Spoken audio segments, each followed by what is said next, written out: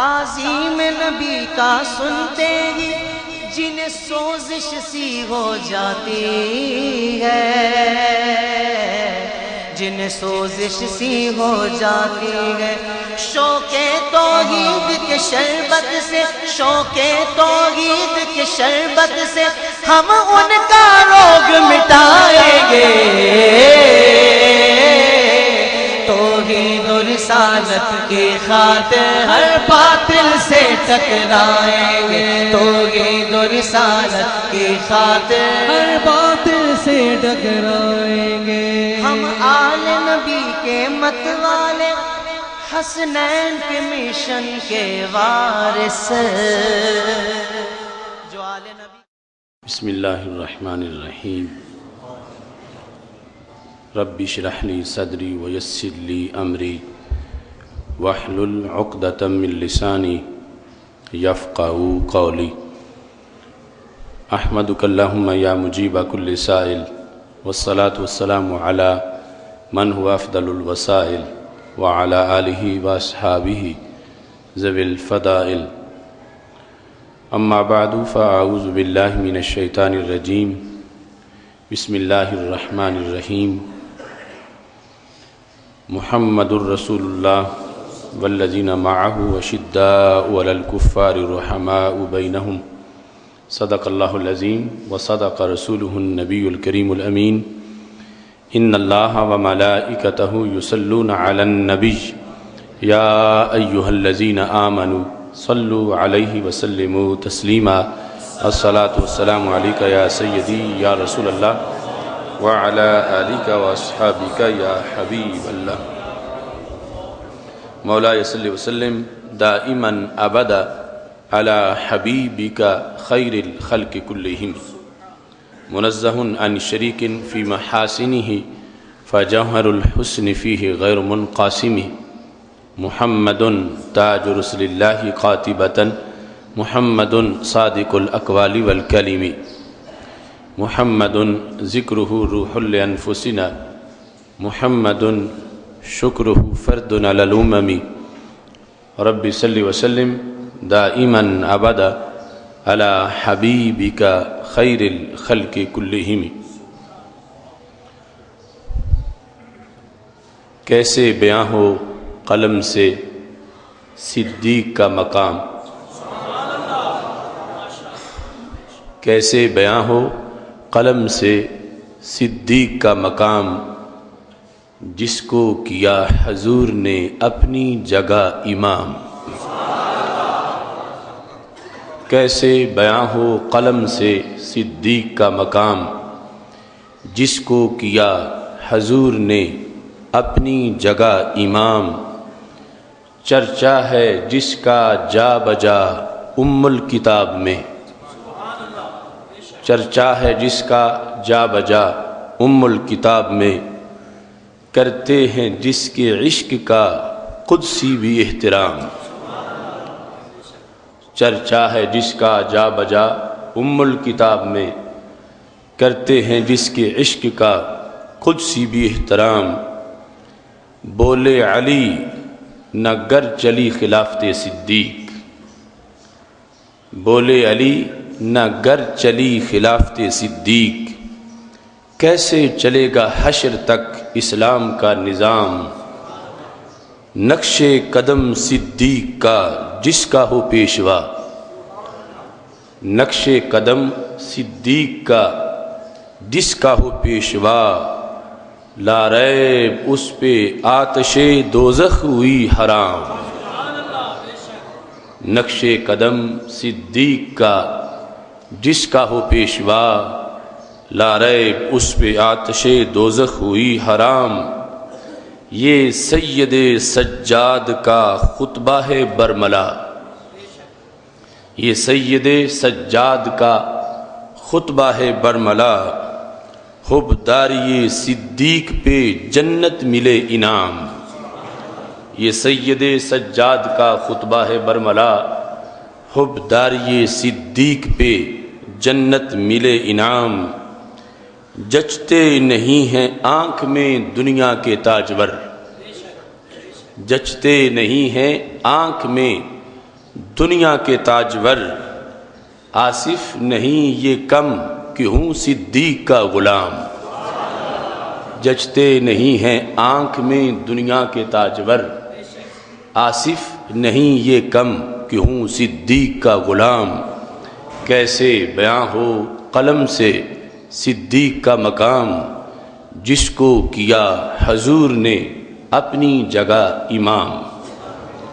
اللہ تبارک و تعالی جل جلالہ وعم نوالہ واتم برہانہ وعظم شانہ وجل ذکرہ وعز اسمہ کی حمد و ثنا، اور حضور سرور کائنات، مفخر موجودات، زینت بزم کائنات، دستگیر جہاں، غم گسار زمان، سید سروراں، حامی بے قسم، قائد المرسلین، خاتم النبیین، احمد مجتبیٰ جناب محمد مصطفیٰ صلی اللہ علیہ وآلہ وصحبہ وبارک وسلم کے دربار گہر بار میں ہدیہ درود السلام عرض کرنے کے بعد رب ذوالجلال کے فضل اور توفیق سے امیر المومنین خلیفۃ الرسول صلی اللہ علیہ وسلم بلا فصل حضرت سیدنا صدیق اکبر رضی اللہ تعالی عنہ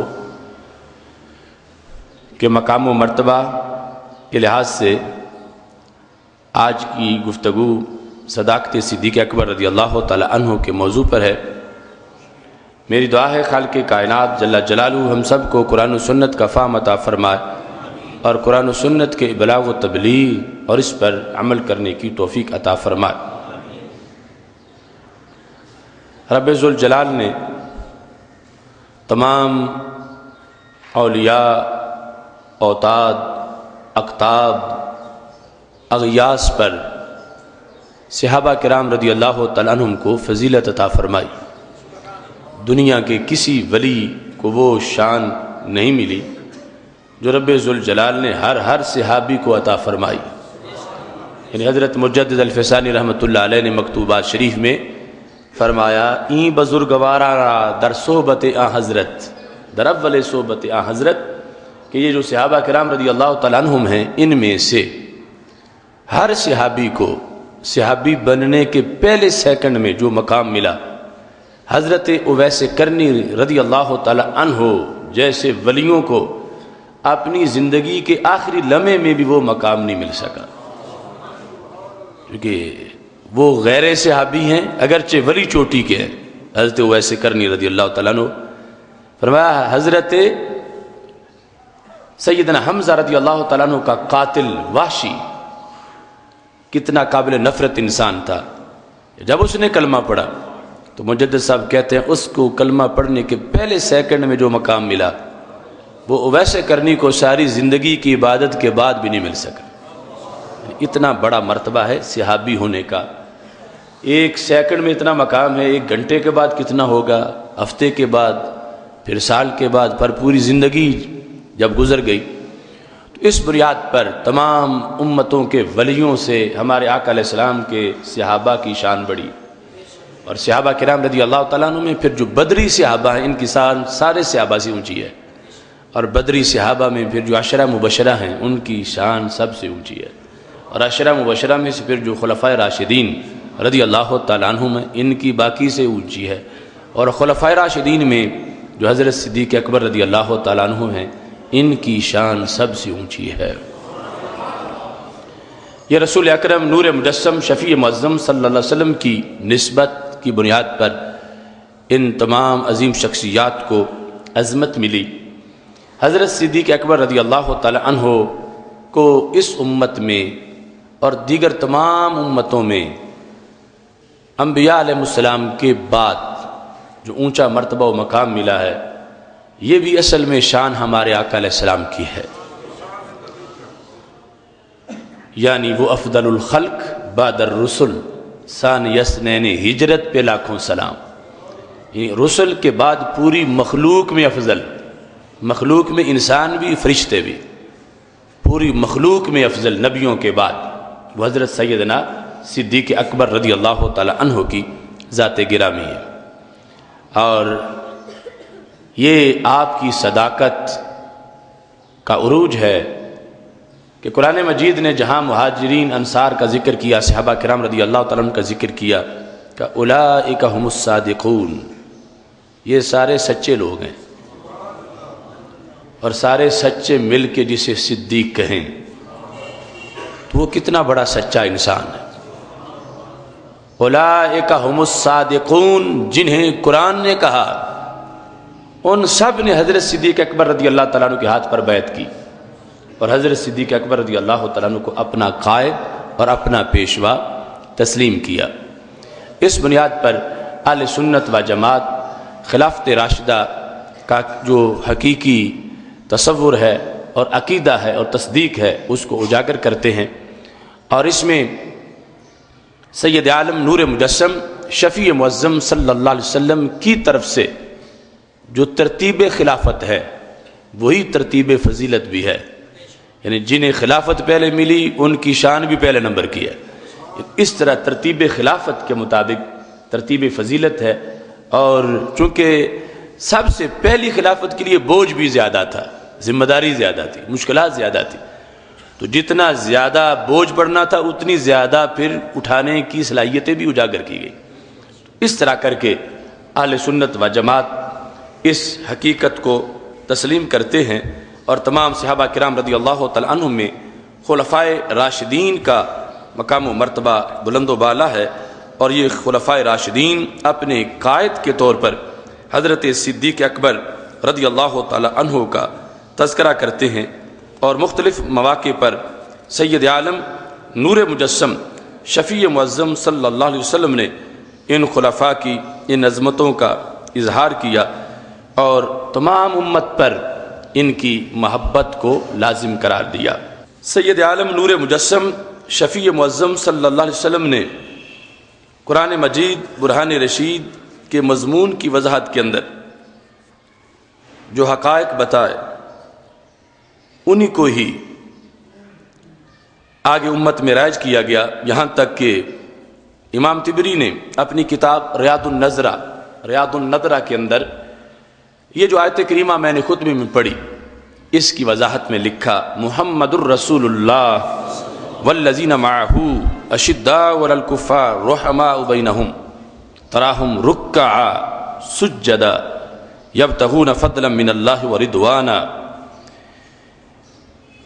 امام جعفر بن محمد اپنے آبا سے اہل بیت اطہار رضوان اللہ علیہم اجمعین سے اس کو ذکر کرتے ہیں کہ رب ذوالجلال نے آغاز کیا ہمارے آقا صلی اللہ علیہ وسلم کے نام سے، بیان کرنا ہے خلافت راشدہ کو، کیونکہ سب کو جو شان ملی تو سرکار کی وجہ سے ملی۔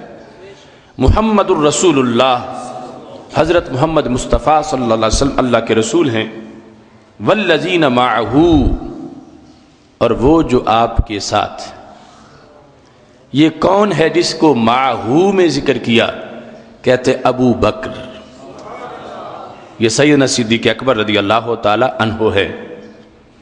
ابو بکر سیدنا صدیق اکبر رضی اللہ تعالی عنہ، والذین معہ، اور اس میں بطور خاص جو قرآن مجید میں رب ذوالجلال نے ارشاد فرما ان اللہ معنا، بے شک اللہ ہمارے ساتھ ہے، تو سید عالم نور مجسم شفیع معظم صلی اللہ علیہ وسلم نے رب ذوالجلال کی جس میت کا تذکرہ کیا، بخاری میں ہے ما ظنک باثنین اللہ ثالثہما، ما ظنک باثنین اللہ ثالثہما، ابو بکر ان دو کے بارے میں تمہارا کیا خیال ہے جن کے ساتھ تیسرا خود رب ذوالجلال ہے؟ تو وہاں بھی میت کا ذکر ہوا، اور پھر اسی کو قرآن میں جو ہمارے آقا علیہ السلام نے حضرت صدیق اکبر رضی اللہ تعالیٰ عنہ کو فرمایا تھا، قرآن نے کہا ان اللہ معنا، بے شک اللہ ہمارے ساتھ ہے، اس میت کا تذکرہ اس انداز میں قرآن مجید برہان رشید کے اندر کر دیا گیا۔ اس لیے والذین معہ، اس سے مراد حضرت ابو بکر صدیق رضی اللہ تعالی عنہ ہیں۔ اشداء علی الکفار، کافروں پہ سخت، کہتے ہیں عمر، اس سے مراد حضرت عمر رضی اللہ تعالیٰ عنہ ہے۔ رحماء بینہم، عثمان، کہ آپس میں بڑے رحیم دل ہیں. تراہم رکعن سجدا کہتے علی بن ابی طالب. تو قرآن مجید برہان رشید میں اس ترتیب کے ساتھ ان چاروں کا تذکرہ موجود ہے. اور سید عالم نور مجسم شفیع معظم صلی اللہ علیہ وسلم نے جو خلافت کے امور واضح کیے تو مختلف مقامات پر آپ نے ان کے مختلف درجات کو ترتیب کے ساتھ رسول اکرم نور مجسم شفیع معظم صلی اللہ علیہ وسلم نے اپنی احادیث کے اندر ان کو بیان کیا. حضرت علی رضی اللہ تعالیٰ عنہ خود روایت کرتے ہیں، کہتے ہیں کہ رسول اکرم صلی اللہ علیہ وسلم نے مجھے یہ ارشاد فرمایا، یا علی ان اللہ امرنی ان اتخذ ابا بکر وزیرا وعمر مشیرا عمر مشیرا وعثمان سندا وإیاک زہیرا انتم اربع قد اخذ اللہ میثاقکم فی ام الکتاب. حضرت علی کہتے ہیں کہ رسول اکرم نور مجسم شفیع معظم صلی اللہ علیہ وسلم نے یہ ارشاد فرمایا تھا، اے علی مجھے رب نے حکم دیا ہے کس چیز کا؟ میں حضرت ابو بکر صدیق رضی اللہ تعالیٰ عنہ کو اپنا وزیر بناؤں اور حضرت عمر رضی اللہ تعالیٰ عنہ کو اپنا مشیر بناؤں اور حضرت عثمان غنی رضی اللہ تعالیٰ عنہ کو اپنی سند قرار دے دوں اور حضرت علی تجھے اپنا ظہیر اور مددگار قرار دے دوں. تو اس میں چاروں کا تفصیل کے ساتھ اسی ترتیب میں ذکر ہے. اور فرمایا قد اخذ اللہ میثاقکم فی ام الکتاب، اللہ نے تمہارے میثاق کا ذکر وہ پکڑ کے میثاق ام الکتاب کے اندر کر دیا. اور پھر سید عالم نور مجسم شفیع معظم صلی اللہ علیہ وسلم نے یہ ارشاد فرمایا. حضرت ابو ہریرہ رضی اللہ تعالیٰ عنہ اس کی روایت کرتے ہیں، لا یجتمع حب هؤلاء الاربعہ الا فی قلب مؤمن. ان چاروں کی محبت صرف مومن کے دل میں اکٹھی ہو سکتی ہے، صرف مومن کے دل میں ان چاروں کی محبت اکٹھی ہو سکتی ہے. کون؟ ابو بکر و عمر و عثمان و علی رضی اللہ تعالیٰ عنہم. ان کا تذکرہ اس انداز میں سید عالم نور مجسم شفیع معظم صلی اللہ علیہ وسلم نے کیا.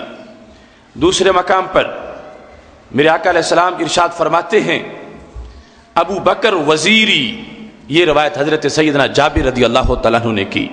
ابو بکر وزیری والقائم فی امتی وعمر حبیبی ینطلق علی لسانی وعثمان منی وعلی اخی صاحب اللوائی.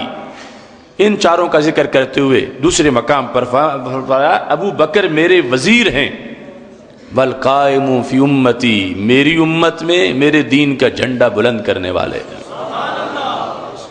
عمر کون ہے؟ عمر میرے حبیب ہیں. ابو بکر وزیر ہیں اور عمر حبیب ہیں. حبیب بمعنی محبوب. پھر فرمایا جو حق میری زبان پہ بولتا ہے وہ عمر کی زبان پہ بھی بولتا ہے. عثمان و منی، عثمان مجھ سے ہیں. یعنی کتنا ہر ایک کے لیے اپنے خصوصی الفاظ کا استعمال کیا. عثمان میرے ہیں، عثمان مجھ سے ہیں، عثمان و منی. پھر وعلی اخی، علی تو میرے بھائی ہیں رضی اللہ تعالیٰ عنہم، صاحب لوائی اور میرے جھنڈے کے مالک ہیں. تو یہ یعنی ہمارے آقا علیہ الصلوۃ والسلام کو پسند ہے کہ چاروں میں کوئی اس لحاظ سے افتراق نہیں کر رہے کہ ایک کو مانے اور دوسرے کو نہ مانے. چاروں کو جو مانتا ہے وہ میرے آقا علیہ الصلوۃ والسلام کی دی ہوئی محبت کا وارث ہے. یعنی چاروں جو ہیں ان کو ماننے کے لحاظ سے فرق نہیں ہے لیکن درجات کا فرق ضرور ہے. یعنی وہ جو ظفر علی خان نے ایک بات لکھی تھی، ہمارا اس سے اتفاق نہیں ہے، جو اس نے کہا تھا کرنے ایک ہی مشل کی ابو بکر عمر عثمان و علی، ہم مرتبہ ہے یاران نبی کچھ فرق نہیں ان چاروں میں. تو ہم مرتبہ ہم نہیں مانتے، ہم مسلک ہیں یاران نبی، کچھ فرق نہیں ان چاروں میں. یعنی مسلک میں تو کوئی فرق نہیں لیکن مرتبے میں تو فرق ہے، کیونکہ جو حضرت صدیق اکبر رضی اللہ تعالیٰ عنہ ان کا پہلا مقام ہے، پہلا مرتبہ ہے، پھر حضرت عمر رضی اللہ تعالیٰ عنہ، پھر حضرت عثمان غنی رضی اللہ تعالیٰ عنہ کا، اور پھر حضرت مولا علی رضی اللہ تعالیٰ عنہ کا، مگر ہم فرق نہیں کرتے ان میں، جس طرح قرآن مجید میں ہے لا نفرق بین احد من رسلی، ہم نبیوں میں کوئی فرق نہیں کرتے، اور دوسری جگہ کیا ہے کہ ہم فرق کرتے ہیں تلک الرسل فضلنا بعضهم علی بعض، ہم نے رسولوں میں بعض کو بعض پر فضیلت دی، تو فرق تو ہو گیا کہ بعض سے بڑی شان والے ہیں، وَلَقَدْ فَضَّلْنَا بَعْضَ النَّبِيِّينَ عَلَى بَعْضٍ، ہم نے نبیوں میں سے بھی بعض کو بعض پر فضیلت دی، تو فرق تو ہو گیا، تو پھر مطلب کیا بنا؟ فرمایا ماننے کے لحاظ سے ہم کوئی فرق نہیں کرتے کہ ہم تفریق کریں کہ فلاں کو مانتے ہیں فلاں کو نہیں مانتے، ہم سارے نبیوں کو مانتے ہیں، لیکن ہم یہ ضرور کہتے ہیں سب سے اولا والا ہمارا نبی، سب سے بالا والا ہمارا نبی۔ تو فضیلت درجات میں فرق ہے، ماننے کے لحاظ سے کوئی فرق نہیں، ہم سب کو مانتے ہیں۔ ایسے ہی یہاں پر بھی ماننے میں ہم سب کو مانتے ہیں، ہم ان میں سے کسی کے منکر نہیں، اور سب کی شانوں کو ماننے والے ہیں، مگر جو پہلا نمبر ہے وہ سیدنا صدیق اکبر رضی اللہ تعالیٰ عنہ کا۔ اس لیے ہمارے آقا صلی اللہ علیہ وسلم نے، حضرت انس رضی اللہ تعالیٰ عنہ کہتے ہیں کہ ہمارے آقا علیہ الصلوۃ والسلام نے محبت لازم کی تو سب کی، کس انداز میں؟ فرما ان اللہ افترض علیکم حب ابی بکر و عمر و عثمان و علی رضی اللہ تعالیٰ عنہم، فرما میری امت قیامت تک کے لیے جتنے بھی میرے غلام بنو گے، علیکم میں سب کو شامل کیا، تجھ پر میں ایک محبت فرض کر رہا ہوں۔ محبت کس کی؟ پر محبت حضرت ابو بکر صدیق، حضرت عمر فاروق، حضرت عثمان غنی، حضرت مولا علی رضی اللہ تعالیٰ عنہم، ان سب کی محبت میں نے تم پہ فرض کر دی ہے، مجھے ماننا ہے تو ان سب کو ماننا ہے، ان سب سے پیار کرنا ہے، اور نفلی محبت نہیں میں تم پہ فرض کر رہا ہوں، ان سب کی محبت تجھ پر فرض ہے۔ آگے تشبیہ دی، کیسے فرض ہے؟ فرما کما افترض الصلاۃ والزکاۃ والصوم والحج، فرما ان اللہ افترض علیکم، رب نے تم پر فرض کر دی ہے محبت ان چاروں کی۔ کیسی محبت، کیسی فرضیت ہے؟ فرما جیسے رب نے تجھ پہ نماز، زکوٰۃ، روزے اور حج کو فرض کر دیا ہے، یعنی یہ باقاعدہ تشبیہ دے کر ہمارے آقا علیہ السلام نے فرمایا کہ ادھر وہ پلرز آف اسلام وہ، اور یہ محبت کے ستون ہیں، ان کی محبت اللہ نے تم پر فرض کر دی ہے، جس طرح کہ رب ذوالجلال نے تم پر نماز کو، زکوٰۃ کو، روزے اور حج کو فرض کر دیا ہے۔ پھر فرمایا فمن انکر فضلہم، جو ان کی فضیلت کا انکار کرے، جو ان کے فضل کا انکار کرے، کہے کہ کوئی بات نہیں ہم جیسے ہی ہیں، تو میرے آقا علیہ السلام فرماتے ہیں لا تقبل منہ الصلاۃ ولا الزکاۃ ولا الصوم ولا الحج، قیامت کے دن نہ اس کی نماز قبول ہوگی، نہ روزہ، نہ حج، نہ زکوٰۃ۔ اللہ نے ان کی محبت تجھ پہ فرض کر دی اور ان کی فضیلت لازم کر دی کہ مانو کہ چاروں افضل ہیں باقی پوری امت سے، ان کو اپنے جیسا نہ سمجھو۔ اب یہاں سے پتہ چلا جو محبوب کے غلاموں کو اپنے جیسا سمجھے اس کی نماز قبول نہیں ہوتی، تو جو خود سرکار کو اپنے جیسا کہہ رہا ہو اس کی نماز کی کیا حیثیت ہو؟ تو رسول اکرم نور مجسم شفیع معظم صلی اللہ علیہ وسلم نے چاروں چیزوں کا نام لے کر فرمایا فمن انکر فضلہم، جس نے ان چاروں کی فضیلت کا انکار کر دیا، فلا تقبل منہ الصلاۃ، اس سے نماز قبول نہیں ہوگی، ولا الزکاۃ، زکوٰۃ بھی قبول نہیں ہوگی، ولا الصوم، روزہ بھی قبول نہیں ہوگا، ولا الحج، حج بھی قبول نہیں ہوگا۔ یہ چاروں چیزیں تب قبول ہوگی جب میرے محبوب علیہ السلام کے ان چاروں غلاموں کی افضلیت کو ماننے والا ہوگا کہ باقی ساری امت پر ان کی جو فضیلت ہے اور ان کی جو برتری ہے کہ ان جیسا اور کوئی نہیں، جب تک یہ نہ مانے اس وقت تک نماز قبول نہیں ہوگی۔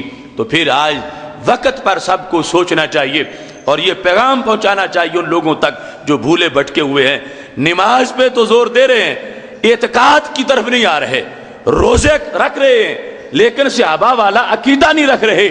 یہ نماز، یہ روزہ، یہ حج، یہ زکوٰۃ قبول تب ہوں گے جب یہ کہے گا اللہ کی سر تبہ قدم شان ہے، یہ میرے نبی علیہ السلام کو بے مثل مانے گا، بے مثال مانے گا، تو پھر جا کر اس کی نمازیں، روزے، حج، زکاتیں قبول ہوں گی۔ ہمارے آقا صلی اللہ علیہ وسلم نے ان تمام کے ان مقامات کا تذکرہ متعدد احادیث میں اتنے خوبصورت انداز میں کیا، محبت کو لازم کرتے ہوئے ہر ایک کا نام لے کر، ہر ایک کو بلا کر ان کی شانوں کا اظہار کیا۔ اور یہ اہل سنت کا مزاج ہے کہ جسے ان میں سے کسی کی شان سن کے بھی کوئی الرجی محسوس نہیں ہوتی، سب کی شان سننے سے خوشی ہوتی ہے، سب کی شان بیان کرنے سے خوشی ہوتی ہے، سب کی شان کے اظہار سے خوشی ہوتی ہے۔ اور میں تو سمجھتا ہوں، بلکہ میرا یہ 100% یقین ہے کہ جو خلافت راشدہ کا قطعی عقیدہ ہے، جس طرح ختم نبوت کو ماننے کے لیے ضمیر سنی ہونا چاہیے، ایسے خلافت راشدہ کو ماننے کے لیے بھی ضمیر سنی ہونا چاہیے۔ اہل سنت و جماعت کے ساتھ جس کا تعلق نہ ہو، نظریاتی طور پر وہ خلافت راشدہ سمجھ نہیں سکتا، چونکہ خلافت راشدہ کو ایک طبقہ روافض کا ہے جو مانتے ہی نہیں، خلفائے راشدین کو معزلہ گالیاں دیتے ہیں۔ دوسرا طبقہ خلافت راشدہ کے نعرے لگا رہا ہے، چندہ وصول کرنے کے لیے، اپنی مہم چلانے کے لیے، اور ثابت کرنا چاہتے ہیں یہ چاروں سرکار نے بنائے تھے۔ اور پوچھا جائے کہ سرکار کا علم کتنا ہے تو کہتے ہیں انہیں تو کل کا بھی علم نہیں تھا، انہیں تو دیوار کے پیچھے کا علم نہیں تھا۔ تو جنہیں کل کا علم نہ ہو وہ پھر کس طرح چاروں کو ترتیب وار خلافت دیں؟ اگر سرکار صلی اللہ علیہ وسلم کو یہ پتہ ہی نہ ہوتا کہ حضرت صدیق اکبر نے تو 10 سال بعد زندہ ہی نہیں ہونا، ان کا نمبر پہلا ہو، عمر بعد میں ہوں گے، جنہوں نے چوتھے نمبر پہ فوت ہونا ہے، عمر اتنی لمبی ہے، وہ خلافت میں بعد میں ہوں۔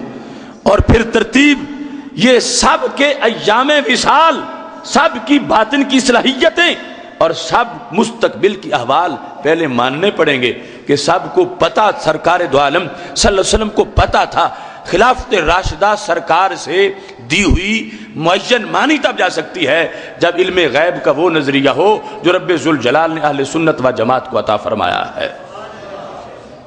اس لیے الفتن کے اندر وہ حدیث شریف موجود ہے، میرے آقا صلی اللہ علیہ وسلم نے جس وقت اشارات میں وضاحتیں کی، یہ 229 ہجری میں لکھی گئی کتاب، یعنی امام مروزی کی، جن کا وصال 229 ہجری میں ہے، اس میں یہ موجود ہے کہ جب ایک دیہاتی نے خریدا تھا جانور میرے نبی علیہ السلام سے، حکمت تھی، وہ سارے جہانوں کے مالک، انہیں پیسوں کی تو کوئی کمی نہیں تھی، فرمایا کہ میں ادھار خریدوں گا، پیسے بعد میں دیں گے۔ تو وہ جس وقت نکلا وہاں سے، اس کے کتاب کی حدیث نمبر 257 ہے، وہ بدو جب باہر نکلا دربار رسالت تو حضرت مولا علی رضی اللہ تعالیٰ عنہ چوک میں بیٹھے ہوئے تھے باہر، تو کہا تم ادھار دے آئے ہو، پیسے لیے نہیں، اللہ کے کاموں کا کوئی پتہ نہیں، اگر ہمارے آقا علیہ السلام دنیا سے تشریف لے گئے تو پیسے کون دے گا؟ پیچھے کون ہے جو سرکار کی جگہ ہو اور پیسے دے؟ تو جاؤ پوچھو اللہ کے رسول علیہ السلام سے کہ پیسے کون دے گا۔ تو بدو چلا گیا، جا کے رسول اکرم صلی اللہ علیہ وسلم سے درخواست کرتا، ان قبض اللہ رسولہ، اگر اللہ نے اپنے محبوب کو اپنے پاس بلا لیا، وصال ہو گیا، تو پھر حق کی الامن، میرا حق کون پورا کرے گا؟ میرے پیسے کون دے گا؟ تو نبی علیہ الصلوۃ والسلام نے فرمایا ابو بکر الصدیق، یہ پیسے ابو بکر صدیق رضی اللہ تعالیٰ عنہ دیں گے۔ وہ باہر نکلا تو حضرت مولا علی رضی اللہ تعالیٰ عنہ انتظار میں تھے کہ پتہ چلے کس کا نام ہے۔ بدو کو پتہ نہیں تھا کہ حضرت علی اس سے کیا اخذ کرنا چاہتے ہیں، کہ یہ پیسے دینے سے پتہ چلے گا کہ پہلا خلیفہ کون ہے۔ تو بدو نے بتایا کہ سرکار صلی اللہ علیہ وسلم نے فرمایا کہ اگر میں دنیا سے چلا گیا تو ابو بکر صدیق میری جگہ پیسے دیں گے۔ تو کہا پھر جاؤ پوچھو، کوئی پتہ نہیں رب کے کاموں کا، ابو بکر صدیق رضی اللہ تعالیٰ عنہ نے بھی ابھی پیسے نہ دیوں اور وصال ہو جائے تو پھر کون دے گا؟ تو وہ دیہاتی چلا گیا، کہنے لگا یا رسول اللہ صلی اللہ علیہ وسلم اما ابو بکر فإلی من حقی، اگر ابو بکر صدیق رضی اللہ تعالیٰ عنہ دنیا سے چلے گئے تو پھر پیسے کون دے گا؟ تو میرے آقا علیہ السلام نے فرمایا الی عمر بن الخطاب، پھر پیسے عمر بن خطاب رضی اللہ تعالیٰ عنہ دیں گے۔ باہر نکلا تو حضرت مولا علی نے پوچھا بتاؤ، تو کہا اب تو حضرت عمر رضی اللہ تعالیٰ عنہ کا نام لیا، آپ سمجھ گئے کہ دوسری خلافت ان کی ہے۔ پوچھا پھر جاؤ کہو اگر عمر فوت ہو گئے تو پھر پیسے کون دے گا؟ تو بدو چلا گیا. اور یہ صحابہ غنیمت سمجھتے تھے کہ کوئی سادہ سا دیہاتی آ جائے، چونکہ جو روزانہ پاس رہتے ہیں انہیں تو ہو سکتا ہے آگے سرکار فرمائے کہ ایک بار ہی پوچھ لو سارا، بار بار کیوں آ رہے ہو؟ تو یہ نیا بندہ ہے، دیہاتی ہے، اس کو گنجائش ملے گی. تو وہ پھر چلا گیا. حضرت عمر نے کہا کہ حضرت علی رضی اللہ تعالیٰ عنہ نے کہ تیسری بار بھی جاؤ، عمر فوت ہو گئے تو پھر پیسے کون دے گا؟ بدو نے جا کے پوچھا تو میرے آقا علیہ السلام نے فرمایا حقو کا الی عثمان، پھر تمہارا حق حضرت عثمان غنی رضی اللہ تعالیٰ عنہ پورا کریں گے. مولا علی باہر بیٹھے تھے. ادبر الاعرابی فلاقیہ علی، جب وہ واپس باہر آیا حضرت علی رضی اللہ تعالیٰ عنہ کاشانہ نبوت سے دور بیٹھ کے یہ ساری باتیں دیکھ رہے تھے. پوچھا آپ کس کا نام لیا ہے؟ تو بدو نے کہا اب حضرت عثمان غنی رضی اللہ تعالیٰ عنہ کا نام لیا ہے. تو حضرت مولا علی رضی اللہ تعالیٰ عنہ نے سمجھ لیا کہ 3 خلافتوں کا تو اعلان ہو گیا. پوچھا ایک بار پھر چلے جاؤ اور جا کے پوچھو کہ کوئی پتہ نہیں، اگر حضرت عثمان بھی پیسے دیے بغیر فوت ہو گئے تو پھر پیسے کس نے دینے؟ حالانکہ پیسوں نے تو لیٹ ہونے نہیں، سرکار نے تو اگلے دن ہی دے دینے تھے. مگر اس کے ذریعے سے آگے جو اظہار حقیقت ہو رہا تھا. اب جس وقت پہنچا یہ شخص حضرت علی رضی اللہ تعالیٰ عنہ کے کہنے پر، فرجع الی النبی صلی اللہ علیہ وسلم وقال ان یموت عثمان یا رسول اللہ صلی اللہ علیہ وسلم، اگر عثمان غنی بھی فوت ہو گئے تو پھر پیسے کس نے دینے ہیں؟ فإلی من حقی، میرے پیسے کون دے گا؟ تو میرے آقا علیہ السلام نے فرمایا فإلی الذی ارسلک، وہی دے گا جو باہر بیٹھ کے تجھے بھیج رہا ہے.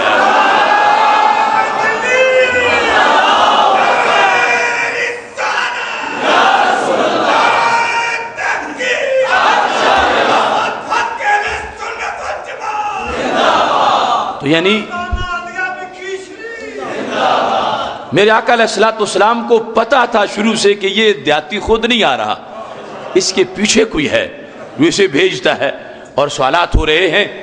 اب یعنی یہ غیب بھی ماننا پڑے گا اس وقت کا اور بعد کے حالات کا.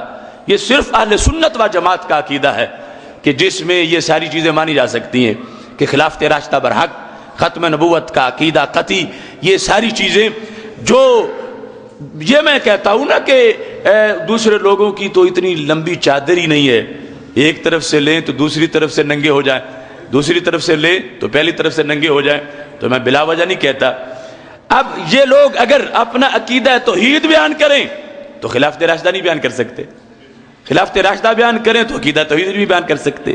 ان کی توحید کا یہ تقاضا ہے کہ نبی کو دیوار کے پیچھے کا بھی پتہ نہ ہو، پھر کہتے ہیں عقیدہ توحید سچا ہے کہ اللہ کے نبی کو تو کل کا بھی پتہ نہیں، دیوار کے پیچھے کا بھی پتہ نہیں. یہ ان کا عقیدہ توحید تب سچا ہوتا ہے جب سرکار کو یوں کہیں.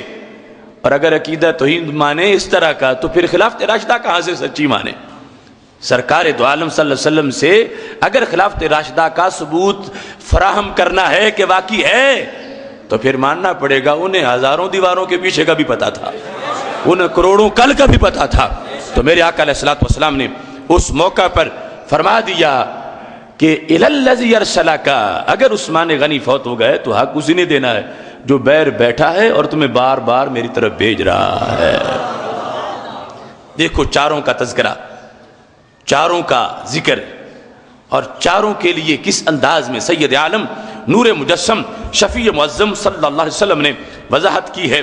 ایک دن حضرت انس بن مالک رضی اللہ تعالی عنہ روایت کرتے ہیں کہ ہمارے آقا صلی اللہ علیہ وسلم ممبر پہ جلوہ گر ہوئے، اور ممبر پہ جلوہ گر ہونے کے بعد پوچھا این ابو بکر، ابو بکر کہاں؟ یعنی یہ نہیں کہ سرکار کو نظر نہیں آ رہا ہے، یہ کہ سب کو پتہ چلے کہ انہیں بطور خاص بلایا جا رہا ہے. ابو بکر کہاں ہیں؟ تو کہتے ہیں ہاں انا ذا، محبوب یہ میں حاضر خدمت ہوں، میں پاس ہی ہوں. ادن منی، ابو بکر میرے قریب ہو جاؤ. فضمہ الی صدرہ، چشم فلک نے اور مسجد نبوی کی کھجور کی شاخوں کی اس چھت نے منظر دیکھا. ممبر پہ بیٹھ کے سرکار نے سب کے سامنے حضرت صدیق اکبر کو اپنے سینے سے لگا لیا. فضمہ الی صدرہ، سینے کے ساتھ لگایا، پھر وقبل بین عینیہ، ماتھے پہ بوسہ دیا، دونوں آنکھوں کے درمیان ماتھے پہ بوسہ دیا، اور بوسہ دیتے ہی آنکھوں میں آنسو جھلک پڑے۔ رسول اکرم نور مجسم شفیع معظم صلی اللہ علیہ وسلم نے جس وقت بوسہ دیا تو صحابہ کہتے ہیں رأینا دموع رسول اللہ صلی اللہ علیہ وسلم تجری علی خدہ، سرکار کے رخساروں پہ آنسو چھلکتے ہم نے دیکھے کہ حضرت صدیق اکبر رضی اللہ تعالیٰ عنہ کو بوسہ دیتے ہوئے سینے سے لگا کر جو بوسہ دیا تو رسول اکرم نور مجسم شفیع معظم صلی اللہ علیہ وسلم کی آنکھوں میں آنسو آ گئے۔ وقال بأعلی صوتی، اور پھر بلند آواز سے اعلان کیا، معانقہ کر کے ماتھا چوم کے آنسو بہا کے پھر بلند آواز سے یہ کہا، معاشر المسلمین ھذا ابو بکر الصدیق، اے مسلمانوں یہ ہے ابو بکر صدیق۔ حالانکہ سب کو پتا ہے، لیکن سرکار یہ بتانا چاہتے ہیں کہ ان کو صدیق میں کہہ رہا ہوں، اور یہ عام بندہ نہیں، میں نے سینے سے لگایا۔ ھذا ابو بکر الصدیق، یہ ریاض النظرہ کے اندر حضرت انس بن مالک رضی اللہ تعالیٰ عنہ سے حدیث شریف ہے، فرمایا یہ ہے ابو بکر صدیق رضی اللہ تعالیٰ عنہ۔ پھر ھذا شیخ المہاجرین والانصار، یہ ہیں مہاجرین اور انصار کے پیر، سارے انصار سارے مہاجر ان کے یہ سردار ہیں، جو حضرت مولا علی رضی اللہ تعالیٰ عنہ دعا مانگا کرتے تھے۔ البدایہ میں لکھا ہے اللہم اصلحنی بما اصلحت بہ الخلفاء الراشدین، اے اللہ مجھے وہ دے دے جو تو نے خلفاء راشدین کو دیا، مجھے اتنی اصلاح کر دے۔ تو کسی نے پوچھا من ہم، وہ کون ہیں؟ اغرورقت عیناہ، تو حضرت مولا علی رضی اللہ تعالیٰ عنہ کی آنکھوں میں آنسو آ گئے۔ فرما ہما حبیبا یا ابو بکر و عمر امام الہدا و شیخ الاسلام، فرمایا جن کو میں خلفاء راشدین کہہ رہا ہوں وہ دونوں میرے محبوب ابو بکر و عمر رضی اللہ تعالیٰ عنہ، دونوں ہدایت کے امام بھی ہیں اور میرے شیخ الاسلام بھی ہیں۔ کتنی اونچی شان ہے، مولا علی جیسا ولی جن کو شیخ الاسلام کہے تو کیا شان ہے صدیق اکبر رضی اللہ تعالیٰ عنہ کے پیر ہونے کی، کہ پیروں کے پیروں کے پیر کہتے ہیں یہ ہیں ابو بکر جو میرے شیخ الاسلام ہیں۔ تو یہ انہوں نے کیوں کہا کہ سرکار نے جو سینے سے لگا کے فرمایا تھا کہ ابو بکر جو ہیں یہ کون ہیں؟ شیخ المہاجرین والانصار۔ پھر ھذا صاحبی، یہ میرے صاحب ابو بکر، سارے صحابائی سرکار کے صاحب ہیں مگر ابو بکر منفرد صاحب ہیں، اور کسی کے بارے میں قرآن میں لفظ صاحب نہیں آیا۔ یہ ابو بکر ہیں کہ جن کو قرآن نے بھی صاحب فرمایا ہے، اگرچہ سب کی صحابیت قطعی ہے، شک کوئی نہیں، مگر شرف تو شرف ہے۔ اذ یقول لصاحبہ لا تحزن ان اللہ معنا، قرآن میں جو لفظ صاحب ہے، قرآن میں کہ اللہ کے نبی علیہ السلام کا صاحب، قرآن میں جسے صاحب کہا گیا سرکار کا، وہ سیدنا صدیق اکبر رضی اللہ تعالیٰ عنہ۔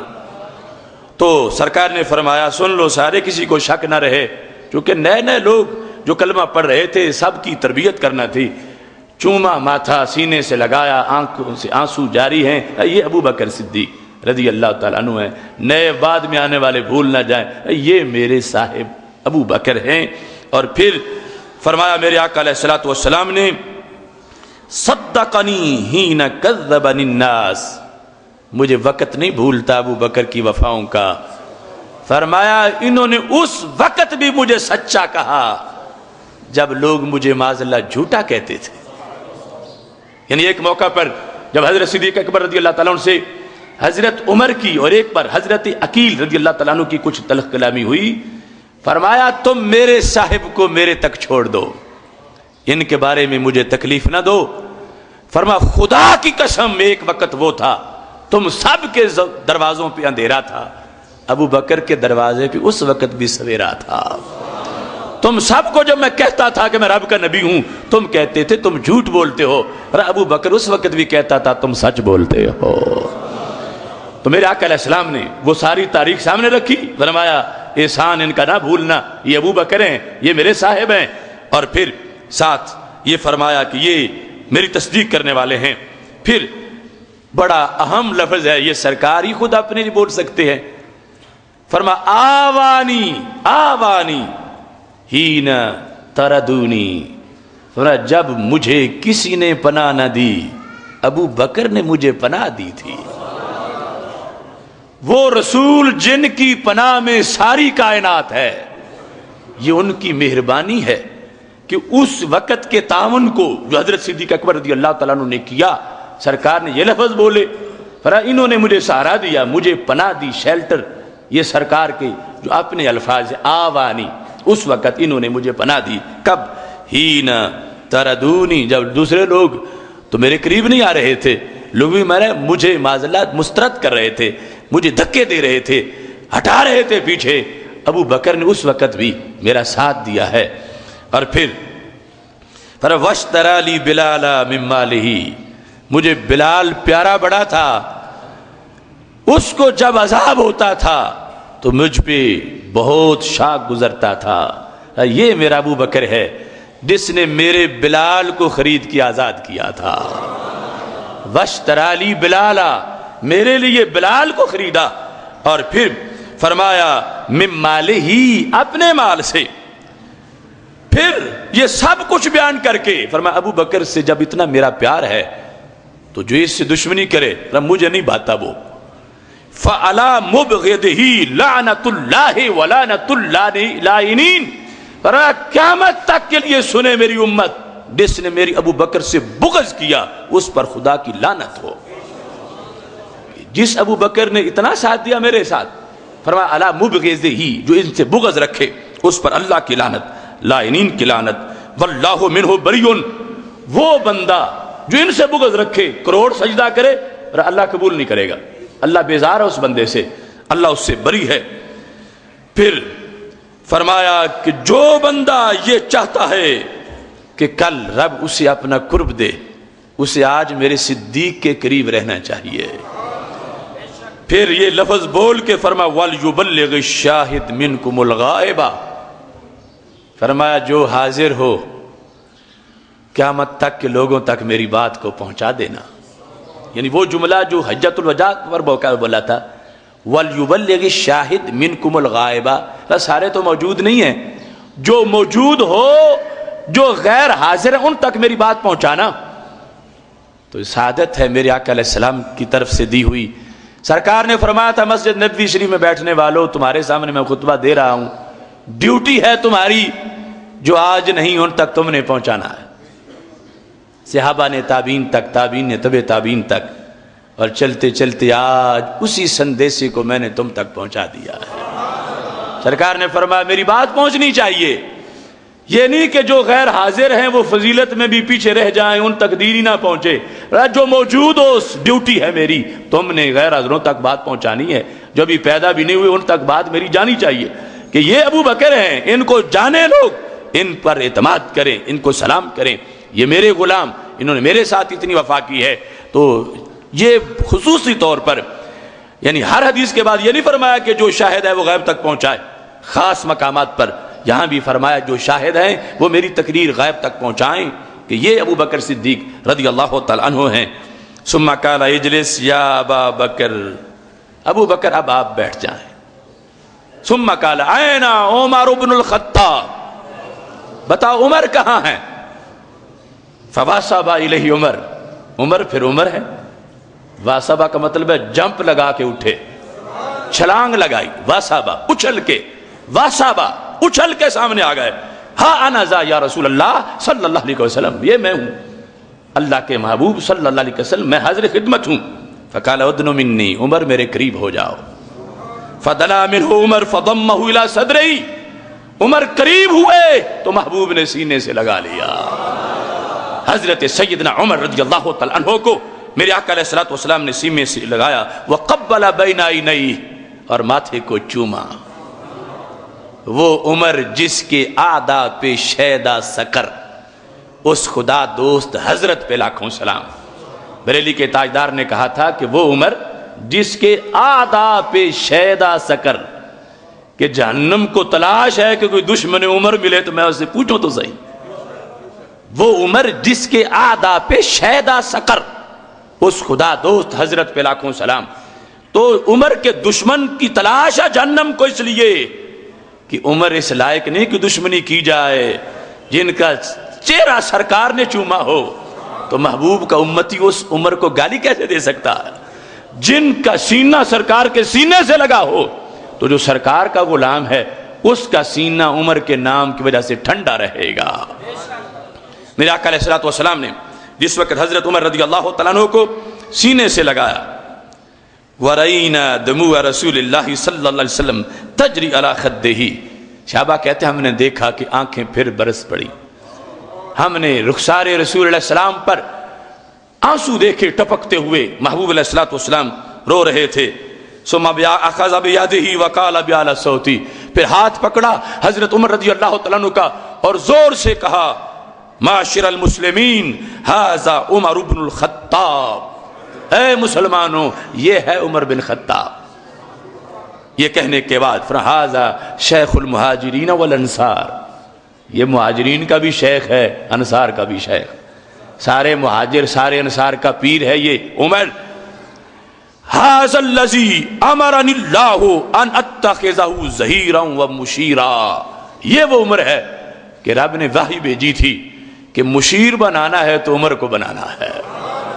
رب نے مجھے حکم دیا تھا انہیں مشیر بنانا، انہیں ظہیر اپنا مددگار مشیر بنانا ہے. اللہ کی طرف سے مجھے یہ وحی آئی تھی. وَهَذَا الَّذِي أَنزَلَ الْحَقَّ عَلَى قَلْبِهِ وَلِسَانِهِ وَيَدِهِ، یہ وہ عمر ہے اللہ نے نازل کیا حق کو. کہاں پر؟ فرمایا اس کے دل پر، اس کی زبان پر، اس کے ہاتھ پر. حق عمر کے دل میں، حق عمر کی زبان پر، حق عمر کے ہاتھ میں. فرمایا یہ عمر ہے کہ جس کو حق حق حق کر دیا ہے اللہ نے. فرمایا اگر دوسرے مقام پر فرمایا تھا نا جو دل کی بات ہے، فرمایا ہر امت میں کوئی نہ کوئی محدث یعنی صاحب الہام ہوتا ہے کہ جس کے دل میں اللہ کے الہامات آتے ہیں. اِن یکو فی امتی احد فإنہ عمر، اگر میری امت میں کوئی سب سے بڑا الہام والا ہے تو وہ عمر فاروق ہے. دل میں حق، زبان پہ حق، ہاتھ میں حق. کیوں مارا تھا نا جب اس بندے کو جو سرکار سے فیصلہ کروا کے پھر حضرت عمر کے پاس آ گیا تھا، تو منافق تھا، یہودی کا جھگڑا تھا. تو یہودی نے کہا پہلے سرکار تو فیصلہ کر چکے ہیں لیکن اسے پسند نہیں آیا. رہا اچھا ٹھیک ہے مکان حکما یہیں ٹھہرو. اور کوئی بات سنی نہیں، اندر سے تلوار پکڑی اور سر اتار دیا. لوگوں نے کہا اس کے خاندان والوں نے عمر نے مسلمان کو قتل کیا، عمر سے قصاص لیا جائے. اللہ نے جبریل کو بھیجا، عمر نے مسلمان کو قتل نہیں کیا، عمر نے گستاخ کو مارا ہے. فلا وربک لا یؤمنون حتی یحکموک، وہ مومن کیسے ہے جو سرکار کا فیصلہ نہ مانے. یہ ہے عمر جن کے ہاتھ میں بھی حق ہے کہ فیصلہ تلوار نے کیا، آیت قرآن کی نازل ہو گئی. تو میرے آقا علیہ السلام نے یہاں پر ارشاد فرما دیا، محبوب علیہ الصلوۃ والسلام ارشاد فرماتے ہیں یہ ہے وہ عمر جس کو دور سے شیطان دیکھے تو بھاگ جاتا ہے. دوسرے لوگوں کے ساتھ شیطان چمٹا رہتا، ہٹتا ہی نہیں.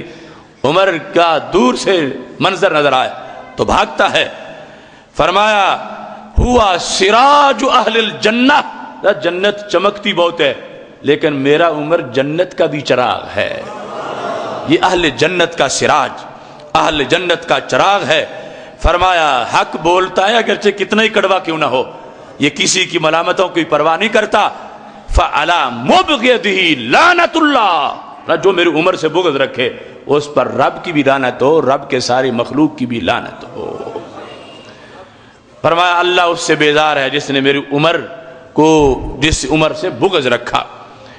پھر فرمایا این عثمان بن عفان، کہاں ہے عثمان بن عفان؟ فواسب عثمان، حضرت عثمان بھی اچھل کے اٹھے. قال ہا انا ذا یا رسول اللہ صلی اللہ علیہ وسلم، میں ہوں یہ.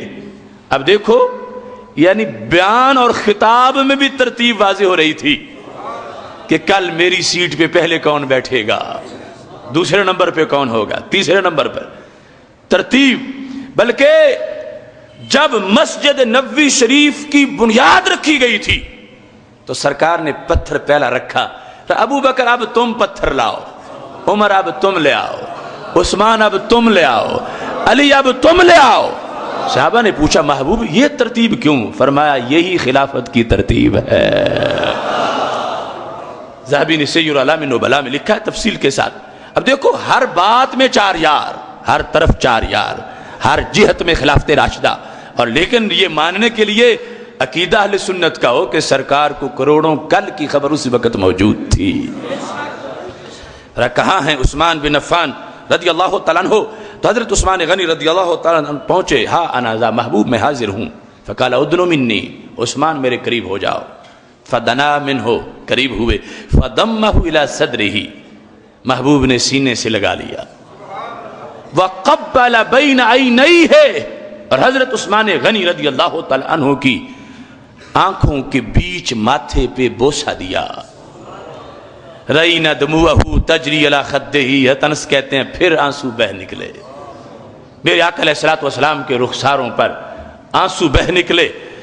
ثُمَّ أَخَذَ بِيَدِهِ، پھر ان کا ہاتھ پکڑا اور چہرہ مجمع کر کے فرمایا ہذا یا معاشر المسلمین، اے مسلمانوں یہ ہے عثمان بن عفان۔ دیکھو ان میں سے کسی جملے پر سنی کے سینے کو کوفت نہیں ہوتی کہ اب کیوں بولے، یہ کیوں کہا۔ اس لیے میں کہتا ہوں ہماری مٹی اگرچہ پنجاب کی ہے مگر سینوں میں نور مدینہ شریف کا ہے۔ اگرچہ تم یہ حدیث آج پہلی بار سن رہے ہو مگر اس کا جو مفہوم ہے، اس کا جو تقاضا ہے، وہ ماؤں نے دودھ میں پہلے ہی پلا دیا ہے کہ ہمیں اب اس سے کوئی الرجی نہیں ہو رہی کہ اب ان کا کیوں نام لیا، فلاں کا کیوں نام لیا۔ اور جسے سرکار جنہیں سینے سے لگاتے ہیں سنی انہی کا نام سینوں میں محفوظ رکھے ہوئے ہیں۔ تو میرے آقا علیہ السلام نے اب تعارف کروایا، کہنے لگے، ارشاد فرمایا صحابہ سنو، ھذا شیخ المہاجرین والانصار، یہ عثمان غنی مہاجرین کے بھی پیر ہیں، انصار کے بھی پیر ہیں۔ ھذا الذی امرنی اللہ ان اتخذ سندا، یہ وہ انسان ہے کہ رب ذوالجلال نے مجھے حکم دیا ہے سند اپنی بنانا ہے تو انہیں بنانا ہے۔ یہ سند کا لفظ ڈگری، یہ ہم عرف میں جو بولتے ہیں تو عربی زبان میں سند وہ ہوتی ہے جس پر بھروسہ ہو، جس پر سہارا لیا جائے، وہ کسی چیز کی سند ہوتی ہے۔ دیوار کی جو ٹیک ہے وہ سند ہے۔ تو یہ سند جس کو ہم سند کہتے ہیں وہ بھی اس لیے ہے کہ جب کہا جائے کہ تو پڑھا ہوا کوئی نہیں، تو جاتا کچھ نہیں، تو کہا یہ میری سند ہے، یعنی وہ سند سہارا دے گی کہ یہ بندہ پڑھا ہوا ہے، سند سہارا دے گی، سند سہارا ہے، سند ایک تائید ہے، سند ایک حمایت ہے۔ پر اب جب دنیا پوچھے گی کہ حضرت محمد مصطفیٰ صلی اللہ علیہ وسلم اللہ کے رسول ہیں، سند کیا ہے؟ پر عثمان میری سند ہے۔ کیا شان ہے حضرت عثمان غنی رضی اللہ تعالیٰ عنہ کی۔ رب نے مجھے کہا ہے کہ عثمان کو سند بنانا ہے۔ دیکھو شعبہ جات اور دیکھو سرکار کی دی ہوئی عظمتیں، ان چاروں کے لیے فرمایا اللہ نے مجھے حکم دیا ہے کہ عثمان یہ سند ہیں۔ پھر فرمایا یہ ان کی اور شان کے ختنن علی ابنتیہ، یہ میرے دورے داماد ہیں، میری دو بیٹیاں یکے بعد دیگرے ان کے گھر میں۔ اور پھر فرمایا وَلَوْ كَانَ عِنْدِي ثَالِثَةٌ لَزَوَّجْتُهَا إِيَّاهُ، اگر میری تیسری بھی ہوتی زندہ، تیسری بھی جس کی کسی سے شادی نہ ہوتی، تیسری بیٹی بھی اگر میری ہوتی تو ان دو کے بعد میں تیسری کی بھی ان سے شادی کر دیتا۔ وہ حضرت سیدہ زینب رضی اللہ تعالی عنہا کا وصال چونکہ ہو چکا تھا، جو پہلی صاحبزادی، سیدہ فاطمہ الزہرا رضی اللہ تعالی عنہا حضرت مولا علی رضی اللہ تعالی عنہ کے عقد نکاح میں ہیں، دو باقی، فرمایا دونوں یکے بعد دیگرے، حضرت رقیہ، حضرت ام کلثوم رضی اللہ تعالی عنہما۔ فرمایا اگر ان سے آگے بھی کوئی میری بیٹی ہوتی تو میں اپنے عثمان سے شادی کر دیتا دوسری بیٹی کے وصال کے بعد۔ فرمایا ھذا الذی، یہ وہ ہیں عثمان استحیت منہ الملائکہ، جن سے فرشتے بھی حیا کرتے ہیں۔ اتنا با حیا انسان، با حیا انسان۔ فعلی مبغضہ لعنت اللہ، فرمایا جو میرے عثمان سے بغض رکھے اس پر اللہ کی لعنت، اور لعنت کرنے والوں کی لعنت۔ اللہ کا کروڑوں بار شکر ہے کہ مسلک اہل سنت نے ہمیں کتنی لعنتوں سے بچا رکھا ہے. ہمارے ستھرے سینے کہ ہم کسی سے بغض نہیں رکھنے والے، سب سے پیار کرنے والے ہیں. دوسری طرف آٹومیٹکلی لعنتیں ہو رہی ہیں. جو کسی سے بغض رکھے، ان میں سے کسی سے بغض، اس پہ خود بخود لعنت ہو رہی ہے، خود بخود. اور جو پیار کرتا ہے خود بخود رحمت ہو رہی ہے. اس لیے میں کہتا ہوں سنی ان پڑھ کیوں نہ ہو، جاہل کیوں نہ ہو، مزدور ریڑھی لگانے والا کیوں نہ ہو، لوگ کہتے ہیں فلاں فوت ہوا چہرہ کھل اٹھا، حالانکہ وہ تو عام انسان تھا. میں کہتا ہوں سوچا نہیں کہ روزانہ رحمت کتنی برستی رہی. یعنی وہ سنی ہونے کی وجہ سے جو رحمت کا کوٹا ہے، نمازوں کا تو علیحدہ ہے، روزے کا علیحدہ ہے، حج کا علیحدہ ہے، زکوٰۃ کا علیحدہ ہے، لیکن صرف سنی ہونے کا اپنا بھی ایک کوٹا ہے. اگرچہ کاشتکار تھا، شیخ طریقت نہیں تھا، محدث نہیں تھا، لیکن سنی تو تھا. تو جو سنی ہو اس کا کوٹا ہے کہ اس پہ اللہ کی لعنت نہیں ہوتی، دن رات خود بخود ہی لعنت کی نہیں ہوتی، رحمت ہوتی رہتی ہے. اس مقام پر جس وقت گفتگو پہنچی میرے آقا علیہ الصلوۃ والسلام کی، ثم قال این علی بن ابی طالب رضی اللہ عنہ، کہاں ہیں علی بن ابی طالب رضی اللہ تعالیٰ عنہ؟ فواصب الیہ، چھلانگ لگا کے اٹھے حضرت مولا علی رضی اللہ تعالیٰ عنہ. وقال ہا انا ذا یا رسول اللہ صلی اللہ علیہ وسلم، یہ ہوں میں محبوب، میں یہ کھڑا ہوں. اب دیکھو یہ جو کچھ میں بیان کر رہا ہوں، جو سرکار نے فرمایا تھا کہ جو نہیں سن رہے ان کو بھی سنانا ہے، تو میں وہ تقریر کر رہا ہوں جو سرکار نے حکم دیا، اور تمہیں اپنے آپ کو اس ماحول کی طرف لے جا رہا ہوں. یہ سند کی برکت ہے. روشن دان کھلتے ہی عہد نبوی کی ہوا آنا شروع ہو جاتی ہے. اگر ہم 15ویں صدی میں بیٹھے ہیں جامع مسجد رضا مجتبیٰ میں، مگر رب کعبہ کی قسم جس کا باطن جتنا روشن ہے، جتنی نسبت مضبوط ہے، تو یہ 14 صدیاں 1 منٹ سے پہلے سمٹ گئی. ادھر مسجد نبوی شریف کا خطبہ میرے آقا علیہ السلام نے فرمایا صحابہ جو نہیں ہیں ان کو بتانا ہے. اور یہ پھر مسلک کی برکت ہے. باقی سارے تو ایک کی بات کریں گے، کوئی 2 کی کرے گا، 4 کی تو کوئی نہیں کرے گا، اور 4 کی اس نظریے سے نہیں کرے گا جس نظریے سے سرکار نے بتائی ہے، کوئی نہیں کرے گا. یہ ہے اہل سنت ہونے کی برکت کہ اللہ نے ہمیں اتنے کھلے سینے دیے ہیں، ہماری چادر تنگ نہیں ہے، یہاں سے لے کر لیوال ہم تک پھیلی ہوئی ہے. اب حضرت مولا علی رضی اللہ تعالیٰ عنہ کا جب نام لیا، ادنو منی، علی میرے قریب ہو جاؤ. فدنا منہ، حضرت مولا علی رضی اللہ تعالیٰ عنہ میرے آقا علیہ السلام کے قریب ہوئے. فضمہ الی صدرہ، سرکار نے سینے سے لگا لیا. چشم فلک نے دیکھا مسجد نبوی شریف میں عجیب منظر ہے، ایک سینے سے 4 سینے لگے ہیں. حق 4 یار کی صدا، سید عالم نور مجسم شفیع معظم صلی اللہ علیہ وسلم نے یہ چوتھے کو جو سینے سے لگایا، تو پھر اس مقام پر پیارے تو اگرچہ سارے ہیں مگر نام اور کسی کا نہیں لیا. لوگ کہتے ہیں یار تو سارے ہیں، پھر تم 4 کیوں کہتے ہو؟ میں کہتا ہوں یار سارے ہیں مگر 4 کوئی سرکار نے سینے سے لگایا اس مقام پر، اور ممتاز کیا سارے ہیں، سارے سچے ہیں، مگر یہ ان ساروں پر فضیلت رکھنے والے ہیں. حضرت مولا علی رضی اللہ تعالیٰ عنہ کو جب میرے آقا علیہ الصلوۃ والسلام نے سینے سے لگایا فقبل بین عینیہ، ماتھے کو چوما دونوں آنکھوں کے بیچ. دیکھو کوئی فرق نہیں آنے دیا، کس انداز میں شعبہ جات بیان کیے، درجات بیان کیے، لیکن خواص سامنے رکھے. سینے سے لگایا، ماتھا چوما. پھر صحابہ کہتے ہیں ہم نے دیکھا محبوب علیہ الصلوۃ والسلام دموعہ تجری علی خدہ، آنسو ٹپکے رخساروں پہ جا گرے. حضرت مولا علی رضی اللہ تعالیٰ عنہ کو سینے سے لگایا ہے، ماتھا چوما ہے، آنکھوں میں آنسو آ گئے ہیں.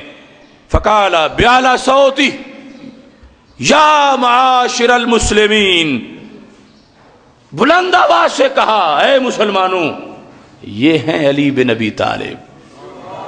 کون؟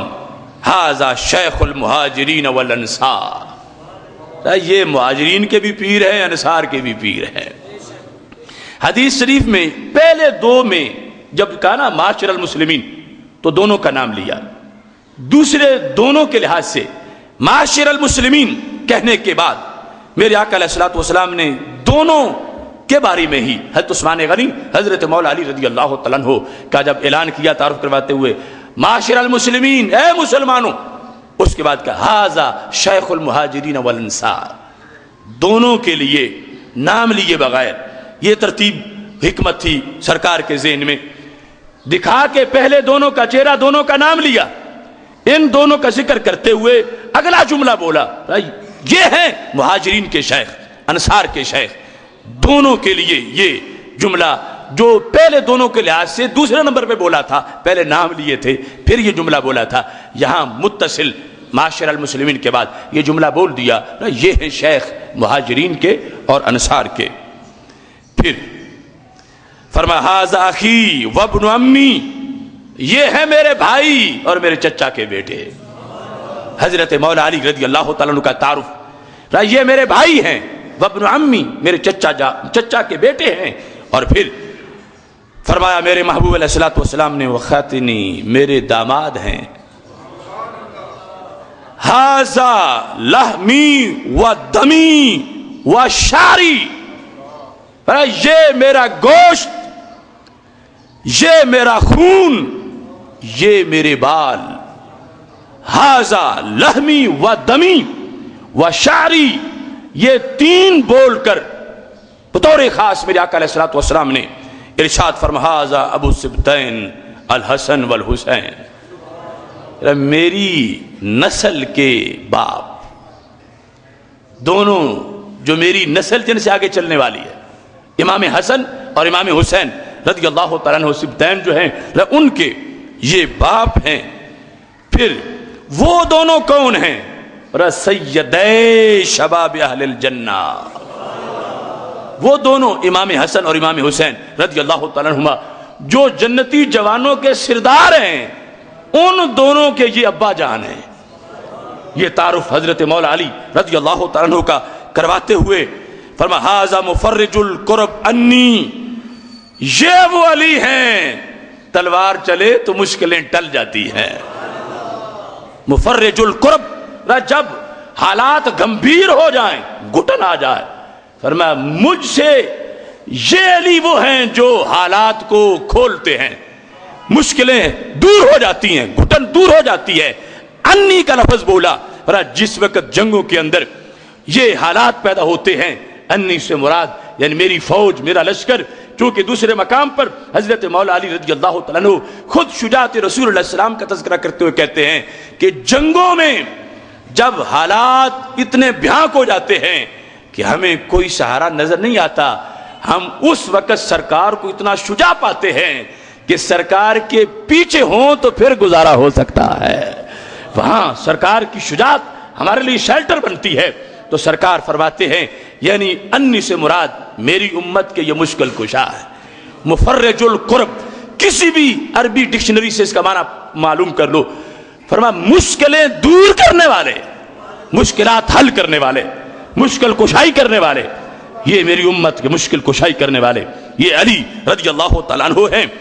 پھر فرمایا ھذا اسد اللہ، یہ اللہ کے شیر ہیں، وَسَيْفُهُ فِي أَرْضِهِ عَلَىٰ أَعْدَائِهِ، فرمایا یہ اللہ کی زمین پر رب کے دشمنوں کے اوپر رب کی تلوار ہیں، یہ علی اللہ کے شیر ہیں اور اللہ کی تلوار ہیں۔